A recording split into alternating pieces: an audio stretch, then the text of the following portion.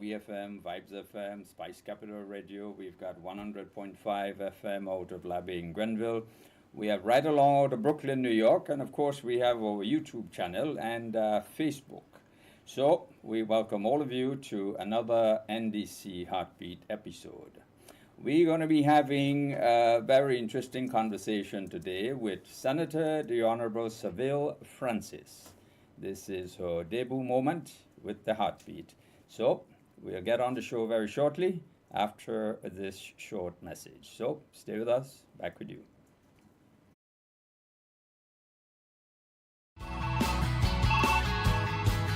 If we can get all of the schools to be sponsored, I think it will help to level up the playing field as well, because then the students, the teachers, the coaches could be more motivated. So I would certainly encourage more corporate training and private training to get involved in sponsoring the schools, not just for the day of the track itself, but making sure that the training, because that's where a lot of the resources, the money, getting the kids to the playing field, making sure they have a bus to home, making sure you have nutrition, water, supplement, those areas I think are also critical, not just the uniforms or the track kits. So if we can get more of that, I think there's a wonderful opportunity there, as well as the diaspora.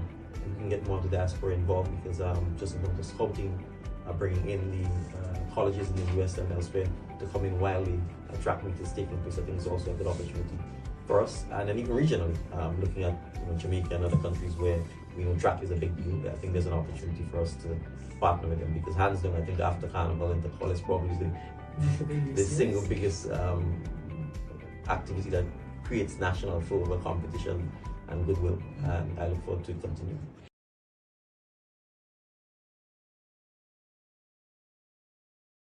To all those of you who are joining the Heartbeat today, we say welcome to another beautiful Sunday afternoon in Grenada. In studio with me is Senator the Honorable Seville Francis. This is her first time with the Heartbeat, but of course it has been in her heart for a very long time. Welcome to the Heartbeat, Senator Seville. It's a pleasure to have you in studio. Thank you so much, Terry, and thank you for having me. Allow me to say good afternoon to all the listeners and viewers of the Heartbeat program. Special good afternoon to all the people of St. Patrick, my home parish that I am very proud to be a part of. And most importantly, special good afternoon to every young person within the hearing of my voice.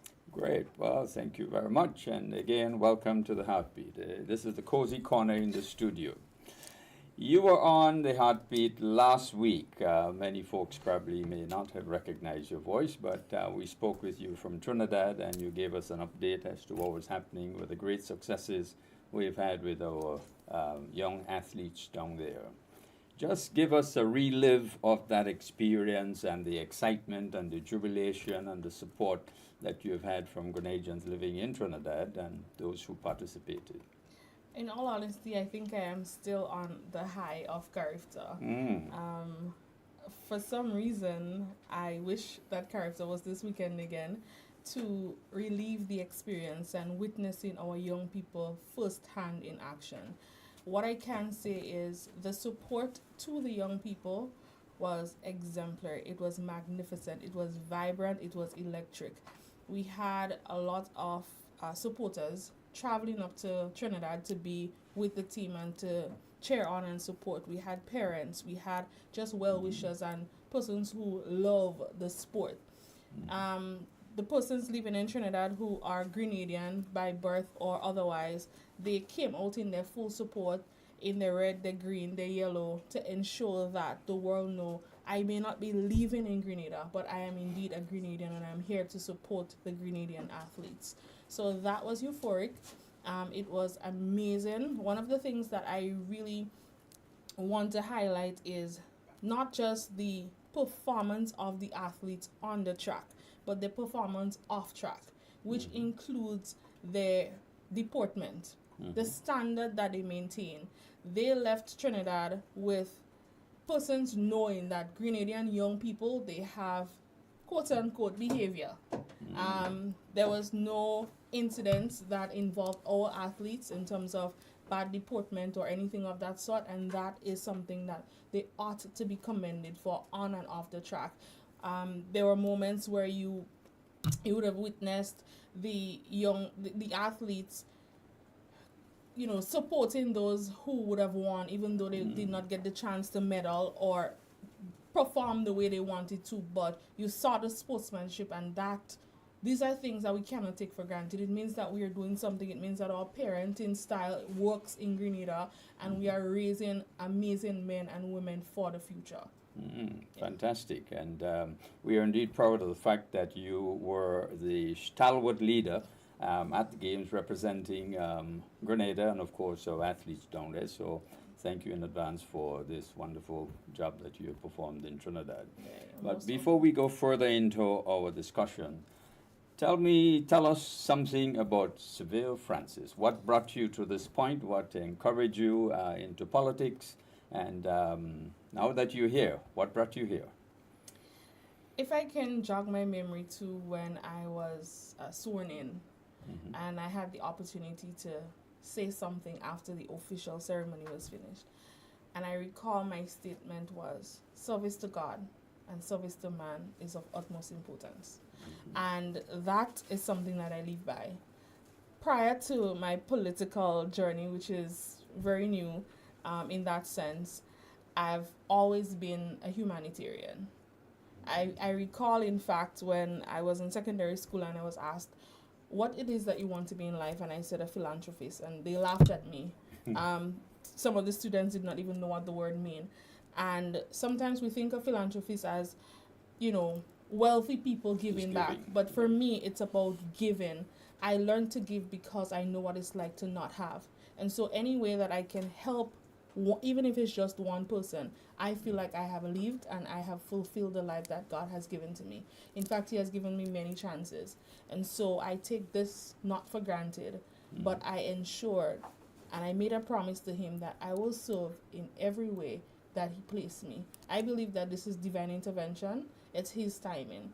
If you ask me if I saw myself being here right now, I would definitely tell you no. In fact, at the initial conversation, the question I asked was, me? Why me? It was very difficult for me to wrap my mind around. But then I recalled the community where I'm from, you don't see a lot of persons like myself, young people like myself, stepping forward and serving in these capacities. And so I wanted to show the young people of Mount Church that there is good that can come from our community. I wanted to be a role model to them, and a lot of the changes that I've been trying to effect all throughout my life by doing a lot of community work and charitable work. Sometimes the changes you need to see, you have to be at the table. You have to have a seat at the table so that your voice can be heard, and not just heard but amplified. Because you can stay in the background and try your very best to want to make those changes, but if you don't have a seat at the correct table at the right moment, then nothing can be done. And so for me, it was one of the main reasons why I accepted to serve at this level. Great. Well, as the parliamentary secretary in the Ministry of Youth and Sport, if you had one sentence to share with the young people of Grenada, what would that be? You are deserving of every opportunity that comes your way. Literally, that's it. And that is an umbrella statement. You are deserving of the opportunities that the government have. You are deserving of every opportunity, not just here in Grenada, but worldwide. Wherever you are called to serve, step forward, accept. Whether or not you succeed, there must be a lesson for you to learn there that can help you to succeed further on. So in other words, wherever you're planted, just shine. That's it. Even if it's as dark as ever, Yes. just shine. Yes. Hold your light out. Great. So tell me, being the parliamentary secretary in the Ministry of Youth and Sport, what are your daily challenges that you experience? That's a very interesting question. Some of the challenges, first and foremost, I think, is the system. And allow me to explain, because I do not want anyone to, misconstrue my statement. The system, and when I say that, I mean we have inherited, and I think it's something that we hear all the time. We have inherited a system that's broken. We have inherited a system that is where persons got comfortable and complacent. and the productivity in our country has been dwindling. And so the challenge with that is now getting persons to realize that, listen, the way how things have been for the last umpteen years is not necessarily the right way. We can do better. We ought to do better. And changing the mindset of persons within the system has been the biggest challenge for me. Coming from the private sector into the public sector, it was a big culture shock for me. The way how things and people function and operate, and the red tapes and the bureaucracy, and sitting in the position I'm in and seeing how those red tapes and bureaucracies can be maneuvered around so that we can fast track things, and not getting persons to share in your vision as to how that can happen, that is one of the biggest challenge for me. Yeah. Well, welcome to the new world. Absolutely so indeed. But bit by bit, with your encouragement and the light that you are shining in the Ministry of Youth and Sport, I'm sure that progress will be made along the way. Yeah. Great. Now, there's been a lot of talk about Imani. Only just recently it popped up again in the news, on social media and so forth. What are your thoughts with respect to the new initiative, the new program, and just share with us about that particular program which was initiated many, many years ago? The famous New Imani program. We cannot get around it. In fact, I'm smiling because I recall on the day of Intercall, when we were supposed to be jovial and celebrating the talent of our young people, there was a post made about the Imani program in the middle of that, and that was baffling to me. And every chance I get, I share on the new Imani program the status of it, because there are lots of misconceptions out there about the new Imani program. First and foremost, we know the Imani program is supposed to be a transition where persons train on the job, and then they're given the opportunity to become permanently placed or regularized, right? And we've had persons in this program for years, longer than it will take you to get your master's degree, your bachelor's degree, and in some cases your PhD. Now, that is obviously unfair to the persons in the program. To me, that is exploitation. You're telling me that I need all these years to train, but the program was designed for a specific period of time. So every program that you are creating, you must have objectives. If your objective states that in 1 year, persons are to be permanently placed, and that has not happened, it means that your program is failing. But what we've noticed over the years is that even though you're not placing persons permanently as the program objective states, you're continuously taking new batches. And you are selling this as employment to our young people. Now, desperation will obviously make anybody who needs finances immediately to gravitate towards that. Half a loaf is better than none. So I do not in any way blame the young people who have been a victim, and I'm referring to them as victims of the Imani program. Right. Now, fast forwarding when I came in, and I can only speak for when I came in, and receiving the statistics as to where we're at with the new Imani program, and that also tied into the budget. We had over 2,000 young people in the program, registered in the program, receiving a stipend. But did we have 2,000 people in the program actively? No. So when we reevaluated, we realized that we had a lot of ghost trainees. Almost as if we had to call in Scooby-Doo and the gang to figure out who are these ghosts. And so in reevaluating, we asked everyone in the program to re-register. We stopped the stipend for a while. Now, if your bread and butter is stopped, you would immediately make connections. Raise a flag. There were persons who we had no contact information for. There were persons in the program who was not even in Grenada. There are persons in the program who were permanently employed elsewhere, but they're receiving the government stipend. Wow.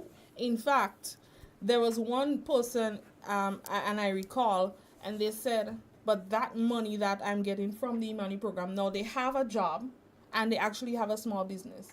But they're collecting that money every month, and you know what they said? This is what I use to pay X part of my life. So for them, that was a side something. And they were very much livid that we had to stop that. Now I'm saying, and I'm showing here, that the Imani program and the government spouse has been exploited for years. Now, when we did that, the program went down to 1,400. The amount went down to 1,400. Up until budget presentation, it even further went lower, the numbers. Wow. And one of the reasons for that is because we gave the mandate to the private sector and obviously the public sector that, listen, these young people have been exploited for too long. It's time for you to ensure that they are regularized. It's time for you to make sure that they receive the permanent placement. Now, if they are functioning there, it means that the position is vacant. So if the position is vacant, then why not make them permanent? Some of the private sector places, they said to us, listen, we need some time to organize our budget, to organize our, finances to be able to take them on. And there were some who said, we are not doing it. We cannot take them on full time. Now, if you cannot take them on full time, but they are working for you, they're bringing in the profit for you, it means that you are exploiting them and you're also exploiting the government. Yep. And so we decided that we are no longer going to allow you to exploit the young people, nor exploit the government's purse. So we would have removed the young persons from those places that blatantly refused to take them on, which was disrespectful to them also. I'm not sure if they're seeing it that way. And although they are home at the moment, we are actively engaging other places to take them on full time. However, what the opposition has not been saying, all they're saying is that we have sent home the Imani trainees, or we have pulled them from their workplaces. But they're not highlighting the fact that even though we took them from the exploitive situations and conditions that they were under, that they're home, but they are receiving their stipend until they're placed permanently. So I want that to be highlighted, Terry. Well, they're getting paid vacation. Call it that if you wish. But we ensure that we did not just take them away from where they were placed as trainees, or in some cases considered to be employees. And we're making sure that we place them where they would be appreciated, where they can grow, and where they can build themselves. It's difficult. Remember, these young persons were receiving $700, $800 a month, $900 a month. Some of them had children. Terry, we had mothers in the program whose daughters became part of the program after leaving school. So you have mothers and daughters, fathers and sons being part of the same program. And in turn, because of the compensation, the stipend compensation, these same persons are also depending on the seed program. That is not growth. That is not development of our human resource. So we had to do something about it. And that's why I say the biggest transformation on the transformation agenda for this administration is the transformation of the mindset of our people. And once we can achieve that, I believe that we have achieved our goal. Great. Well, that's the explanation is very, very clear. And the exploitation by some of the business, owners, it's regrettable. It's unfortunate indeed. But things happen in life. So tell me, within the Ministry of Youth and Sport, what other activities are you responsible for? Well, I am responsible for anything that regards the young people. So my responsibility stems policy, implementation of programs, monitoring and evaluation of programs to ensure that the objectives are met. We're not just putting programs out there because we want to check something off the list, or we want to say when we're presenting in the next budget cycle that these are the things that we achieved. We want to ensure that there's meaningful and impactful programs being put forward for our young people, and that is what my responsibility is. Although I fall within the Ministry of Youth and Sports and I'm the Parliamentary Secretary for the Ministry of Youth and Sports, my responsibility is youth. But obviously, primarily sport and youth. You cannot divide them. Yep, absolutely. So indeed. Okay, well, what we'll do is we'll take a short break and we'll get back with Senator the Honorable Seville Francis. Back with you in a moment. Mal Collins wrote, and I quote, "The drum still beating in the chest is the heartbeat of the people. And this weekend, our hearts are beating loud and proud."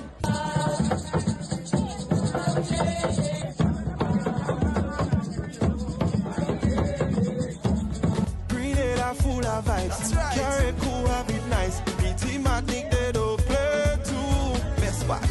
When the gas in our weaving and we link up on the main, we go show them what the greens do. We back. Them can play our madamas and we brings people we bad. My great-grandmother, she always used to say, if you don't know where you come from, you're bound to end up in somebody else's story. Well, tonight, this is our story. These are our songs. This is our season. So let the drums speak. Let the strings sing. Let the ancestors smile and let the festival begin.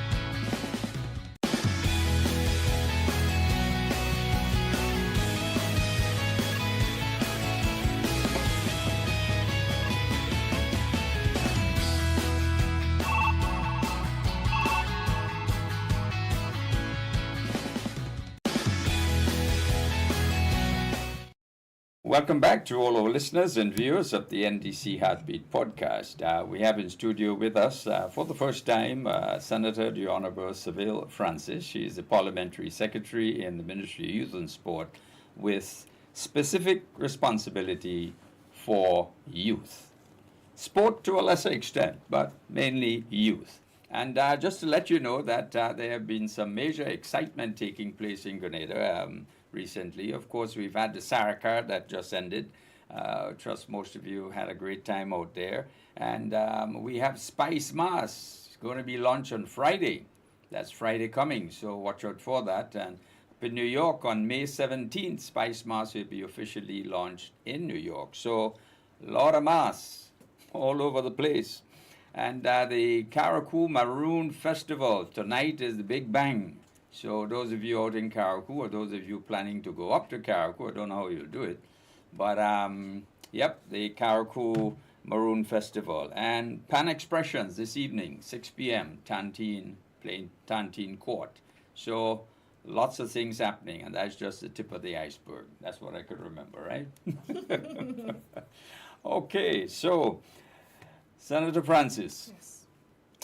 in the Senate, your first experience in the Senate with your debate, what exactly was your feel? How did you feel about that experience in the Senate, having to debate your first debut debate in the Senate? How was that like? It was just an upgraded version of what I did as a national youth parliamentarian. So just to contextualize, and my budget debate presentation was context is key. So just to contextualize why I felt comfortable, and I said that it was just an upgrade to what I did.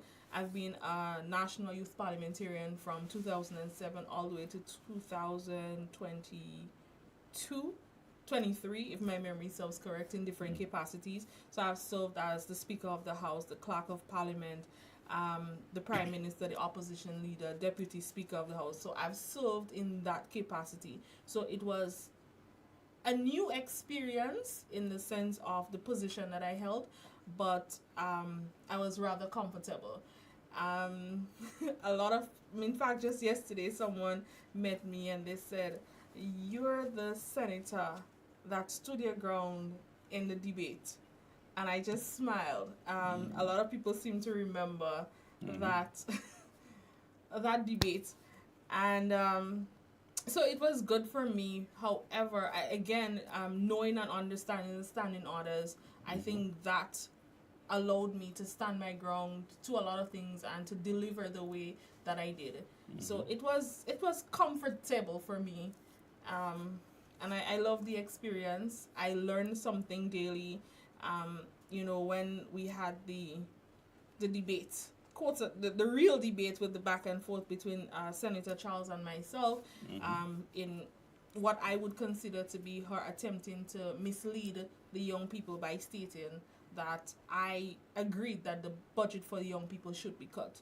I would in no way, put something out there, and I did not want the young people to say, but our representative is saying that we deserve less money, when in fact they deserve more. I wish that I can take all the other ministries' budget and pump it into the Ministry of Youth. So I would in no way put that there. So, what happened and being placed on recess and going to chambers and having to deal with all of that, that aspect was very new to me. We've never had a situation where it required that before, but I was not daunted. As the tape shows, I stood my ground. The tape doesn't lie.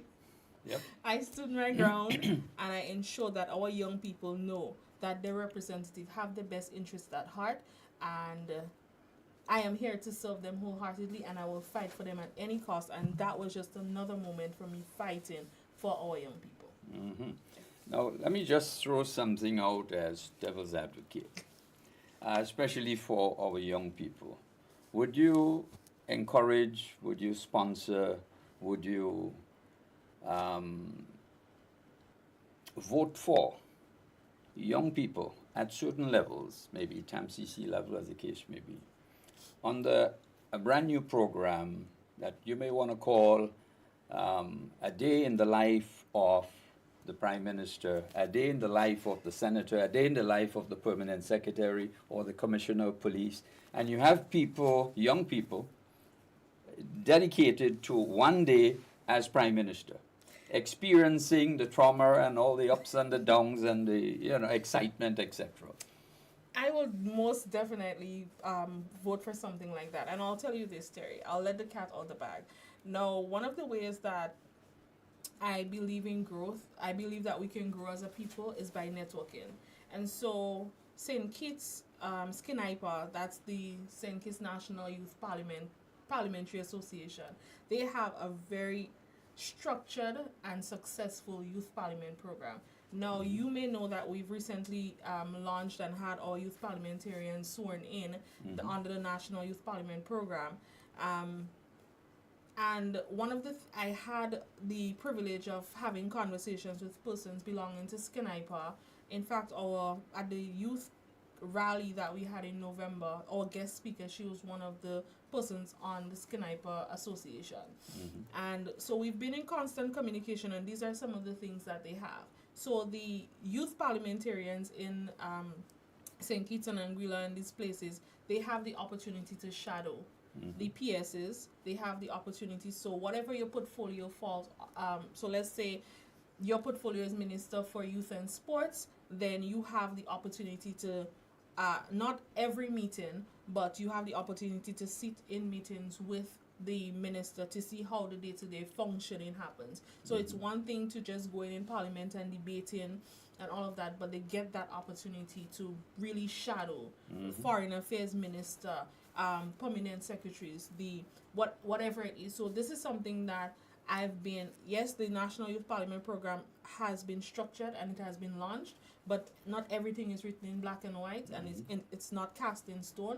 So I've been in constant communication with them to understand how I can effectively introduce something or that phase into our youth parliament program, so that they get a comprehensive feel of what it's like to be a parliamentarian for that matter. It's not just about the debating. And our youth parliament program gives them the opportunity to undertake work in their constituency. So we have funding available to them to ensure that the programs and the projects that they implement in their constituency is meaningful and impactful. So they don't just have the opportunity to, I want to do this or I want to do that. They have different platforms that they stand on, that they advocate for. They have to ensure that the programs fall under or aligns with our Vision 75 of the National Sustainable Development Plan and our UNDP sustainable goals. So we are ensuring that things are in place, and that again falls under my jurisdiction in terms of ensuring that implementation of these programs are impactful. So it's not just another program. And I can tell you that as a National Youth Parliament, former National Youth Parliamentarian, this program is so much different to what I endured being a National Youth Parliamentarian. In fact, I said that one time and I got in trouble while I was a National Youth Parliamentarian. It often felt like we were being used as show monkeys, and forgive me for being honest about it. But whenever the then administration needed, a check, we've achieved this, that, then they're going to say, we need you guys to debate this. And I've been lobbying for years for what the National Youth Parliament program is now. In fact, in 2022, I recall I was out of the country and I got the call that said, we're having a sit-in and we would like for you to be the Speaker of the House. And I said to them, I am no longer going to be the monkey on the fence. If this program cannot be a properly structured program where all young people can grow, I will not be a part of it. And I got the assurance that, listen, we are working on this. We are ensuring that it is a proper program. And that's when I agreed. And I said to them, this is my last run as a National Youth Parliamentarian serving in this capacity. We've been sidelined. We've been victimized. There are a couple of us that were victimized for standing up for a structured National Youth Parliament program. So it's interesting that you would ask that question, and it's something that I will wholeheartedly embrace. And at this point, I probably will accelerate the action as it relates to that. Well, that's great. Good to hear. And it can go beyond the government services. Of course. It the sky is the limit, actually. Yes. And this is great because even in the airline industry, you have youngsters who dream of being a pilot, who have that opportunity to fly in the cockpit of several airlines. There are so many creative things we can do with the energy and the skill and the talent of our young people. It just requires basic planning, thinking. So let's keep pressing on with it. Yeah. Our National Youth Ambassadors program is another one that I am proud of. I've also served in that capacity in my younger years. And, I have an upgraded version to the National Youth Ambassadors program.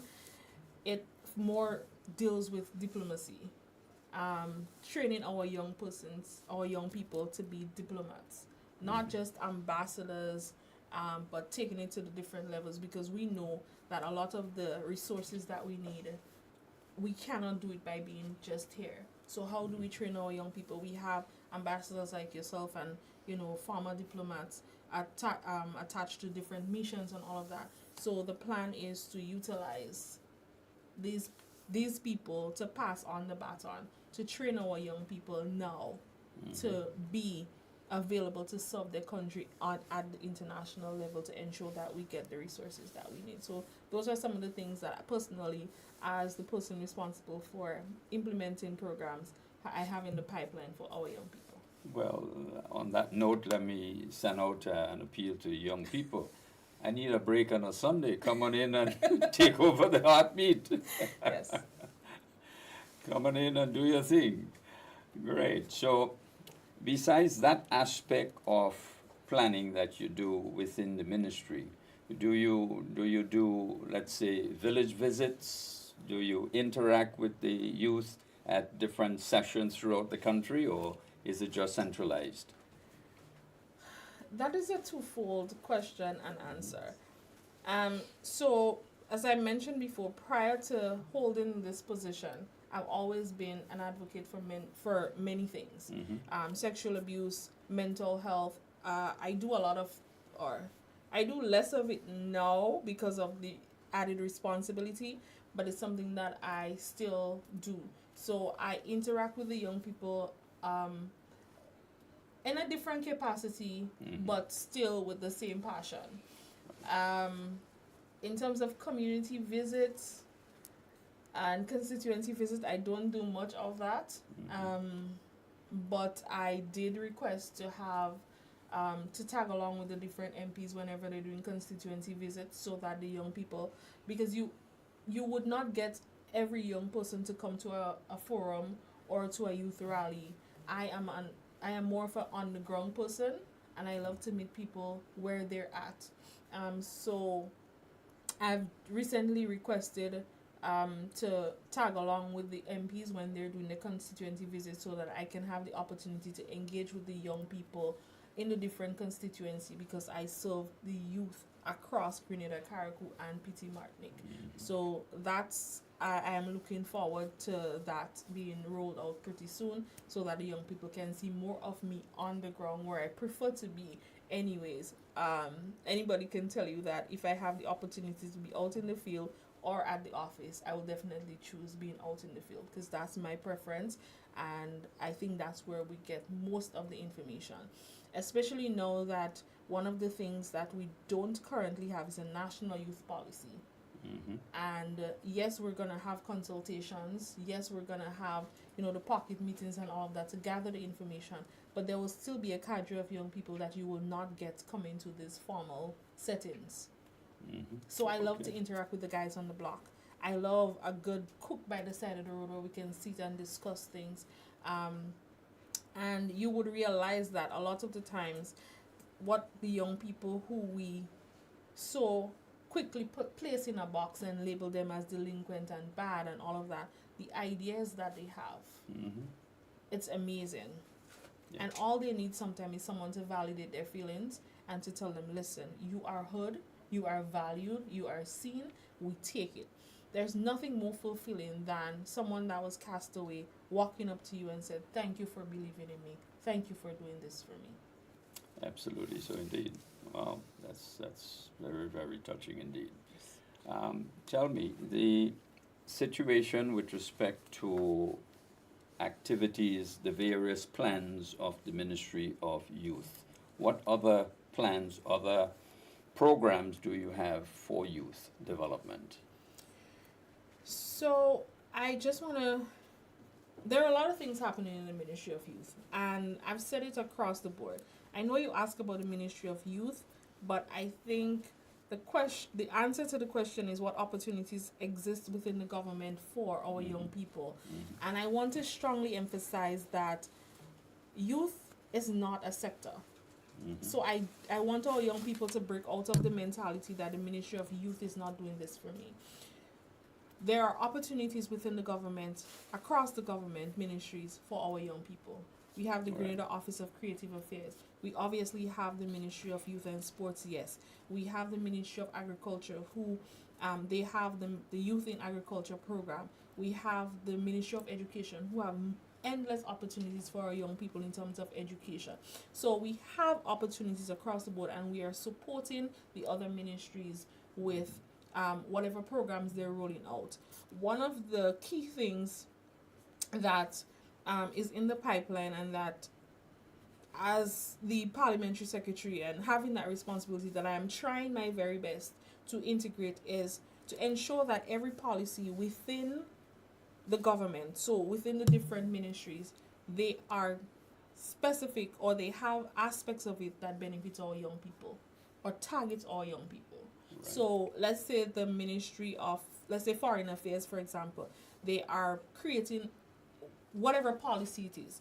I want the ministry to look at their policy, or I want us as a Ministry of Youth to look at these policies and say, this is not targeting our young people. I need you to review this policy to ensure that our young people can benefit from this. The same for Ministry of Education. The same for Ministry of Agriculture. Whatever program that you are implementing, I want to ensure that our young people can benefit from it. Too often we talk about our youth being the future and we believe in them, but we have to ensure that in believing in them, we set the foundation across the board and across the sector for them to benefit. So yes, at the Ministry of Youth, we have programs.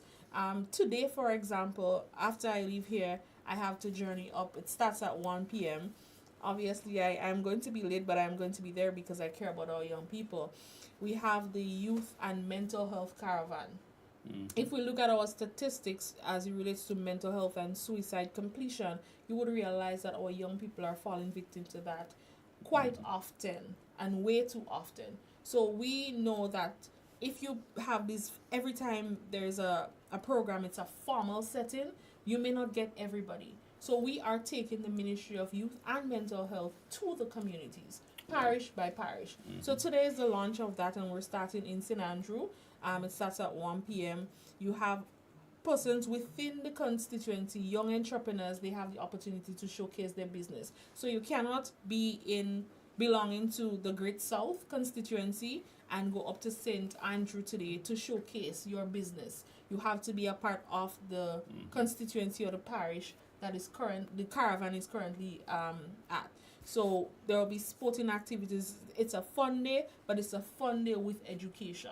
So we have different stakeholders who would be there, where our young people can go and get the information that they need. They can sign up for different things. They can take advantage of different opportunities. They have the opportunity to showcase what they're doing. So that's one of the things that we have immediately or right now happening. We have the community grant fund that community groups can participate in to implement programs and projects across their constituencies.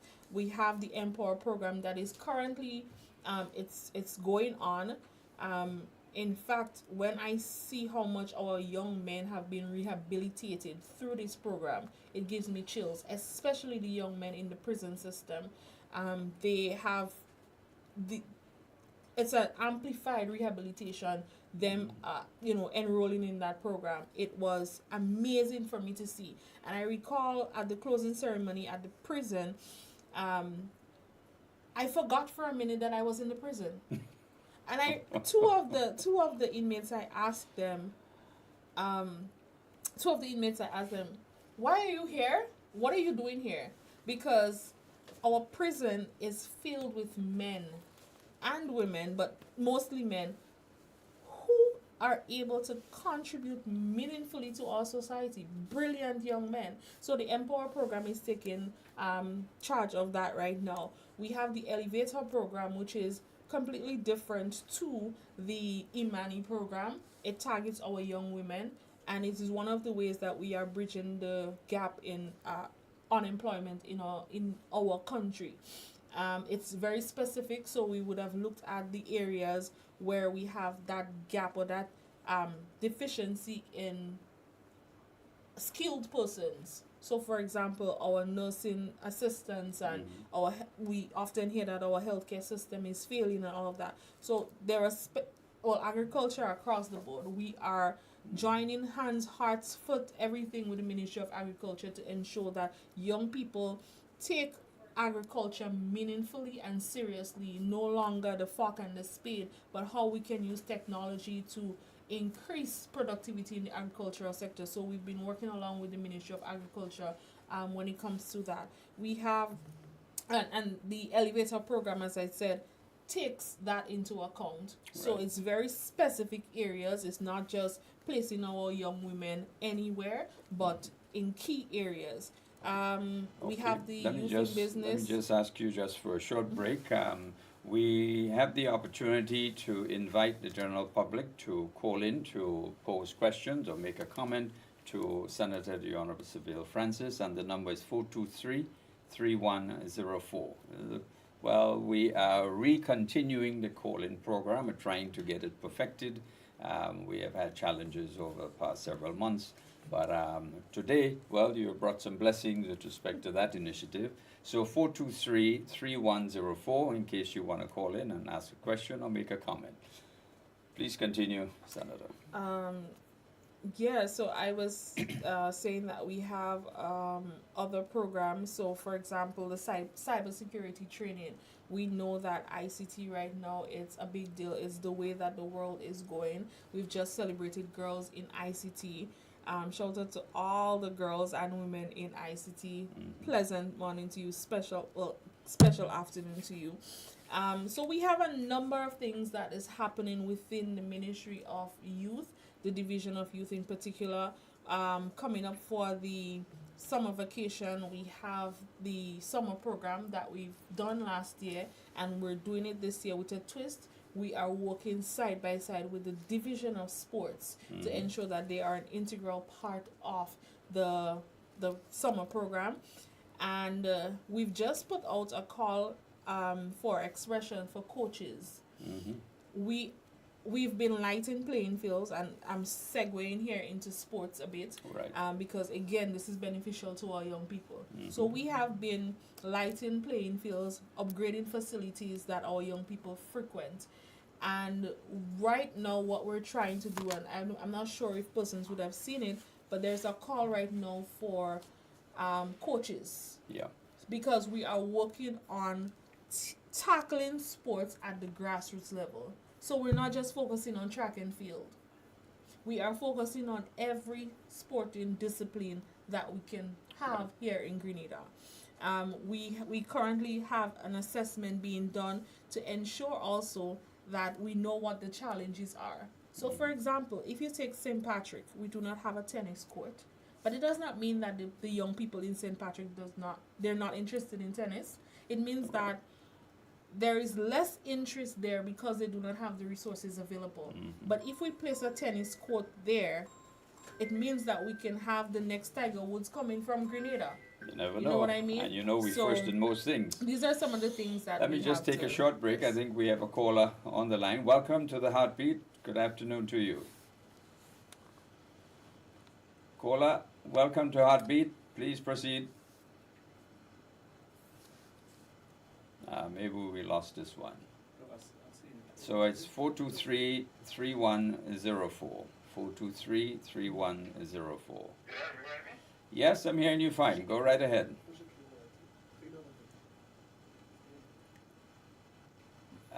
May have lost you there for a short while. Could you repeat? Yes, I'm calling from Montreal, Canada. From Canada. Okay. Yes, and I'm from St. Patrick's. Matter of fact, I know the young lady. I just want to give her some props and tell her how proud I was to see she bring the law and enforce the police officer to Montreal to meet with the people to bond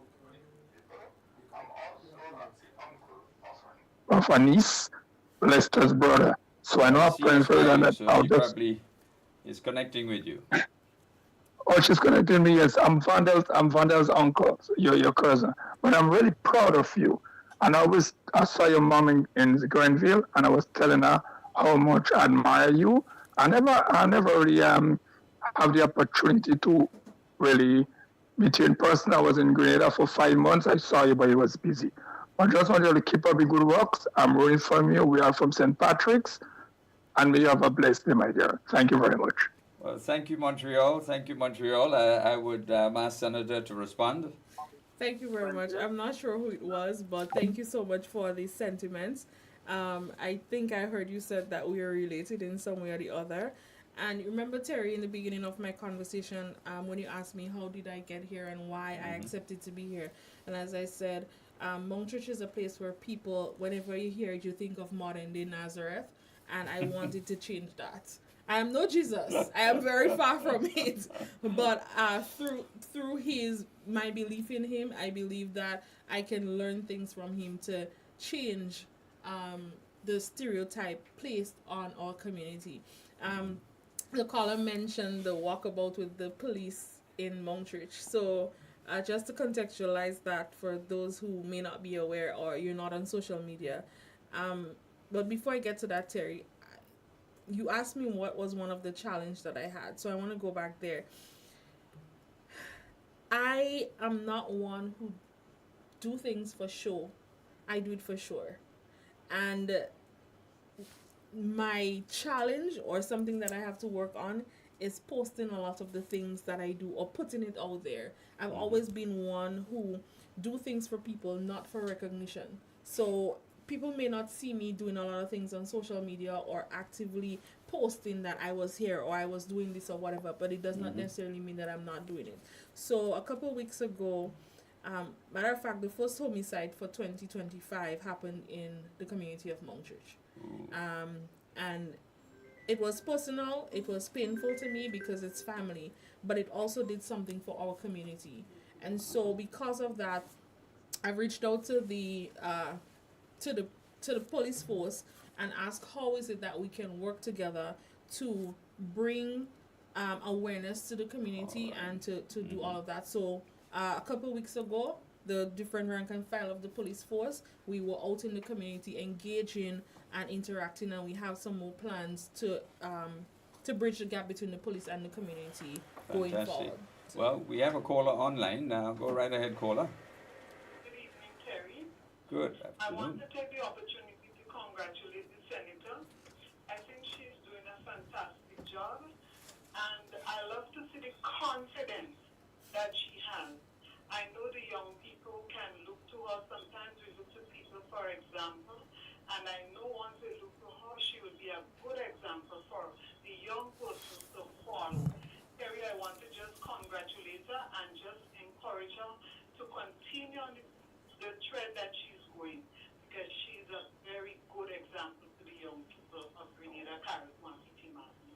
Well, thank you very much, caller. You certainly have struck a very positive chord with our listeners and callers, so congratulations. thank you very much. So and you were thank you for concluding on that point with the police in your community. Yes, so we've recognized, and I've recognized, being from the community, I know the challenge. I've seen, the police raid ever so often and all these different things, but there's also that breakdown in understanding of the police is here to serve us, and we're not supposed to be afraid of them. And in fact, the feedback from the community at first, when they saw, the van loads of police officers pull up, everybody started, running away, shying away. But we were able to be on the ground with the residents, interacting with them, from the youngest to the most eldest person in the community, on the block, in the shops, everywhere. We took the afternoon and we just walked throughout the community. We had the different rank in the police force on the ground, so it wasn't just constables, so persons from the Western Division of the police force. We had persons like ACP Cohen, we had Officer Christopher, we had different levels. Various And ranks, so that was important, and I think, the persons in the community seeing that the different levels of the police force being there, that spoke volume. So it wasn't just a case where we're sending the constables out to do the work, but having that, that mix, that cadre, it did something for the constituents. Wonderful indeed. We have the last caller before we get to the close. Go right ahead, caller. Hi, good afternoon, Sir Terry, and good afternoon to the young lady. Good afternoon. Lady, I sit in my living room here and I listening to your conversation, and it's so uplifting by letting the young people know what in store for them, business-wise, educating them. So much in store for the young people of this country, and that's very, very good. If was another MP would follow supporting the other party, you wouldn't hear upliftment like that. You will hear things like they fire the Imani, they slow, they victimizing them when I come in meeting, don't show them the camera and all kind of stupidness that you can't even get anything from. But I listening to your education, your contribution this evening, and I like to tell you, it's real uplifting for the young people of this country. I wish they was listening to know what all you have in store for them. Thank you very much. Thank you very much, caller. We have another final caller on the line. Go right ahead, please. Final caller this afternoon. Go right ahead. Good evening, my dear. Good afternoon. Go right ahead. My dear Civil, well, my brother called a while ago, but he should have told you he's from Snellhall Junction. And this is Sherry George here, her brother. So we are so proud of you, my dear. And because we know your background, we know you're related to us. And people like us must congratulate the youths of the nation. So I want to say, on behalf of the Samuel family in Snellhall Junction, we want to say congrats, and you're doing a phenomenal job, and we love you as our child. So I want to say thanks to your dad and your mom, Suzanne, for bringing forth somebody like you, where we could be proud of you. God bless you. We continue to love you and to encourage you. Have a lovely day. Thank you, love. Thank you very much. Thank you very much, caller. Thank you, Sherry, and get well soon. Great, fantastic. Well, we're almost to the end of the program, so let me invite you, therefore, to give your closing remarks and whatever special hello you'd like to give to your family and friends out in Snell Hall. Well, thank you so much for the opportunity to be here, and I want to place on record that I'm re-inviting myself to come back. You're 1 welcome. hour is definitely not enough to converse on the opportunities that exist for young people, and to interact on that level. I think it's rather important, Terry. And additionally, I want to encourage our young people to look beyond the Ministry of Youth for activities, for opportunities. I want them to soar their wings. I want them to use the Ministry of Youth as a platform where they can get the information.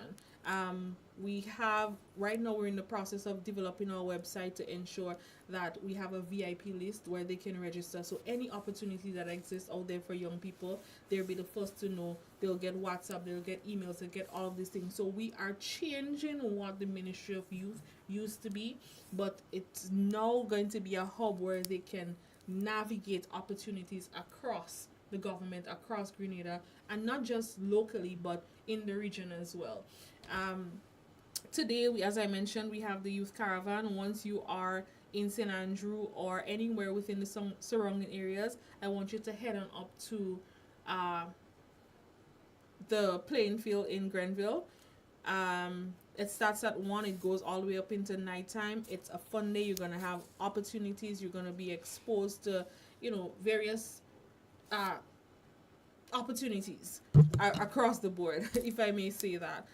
And I want our young people to stand up, come forward, be counted, stand like the brave, fight for your country, fight with us if you need to ensure that we're doing what we're supposed to do, but do so respectfully. We're always willing. I know for certain that I am always willing. I do not have all the answers. I look to you, the young people whom I serve, to provide me with, these are some of the challenges I have. How can we remedy it? Or I have this suggestion for a challenge that I observe currently exists within our country.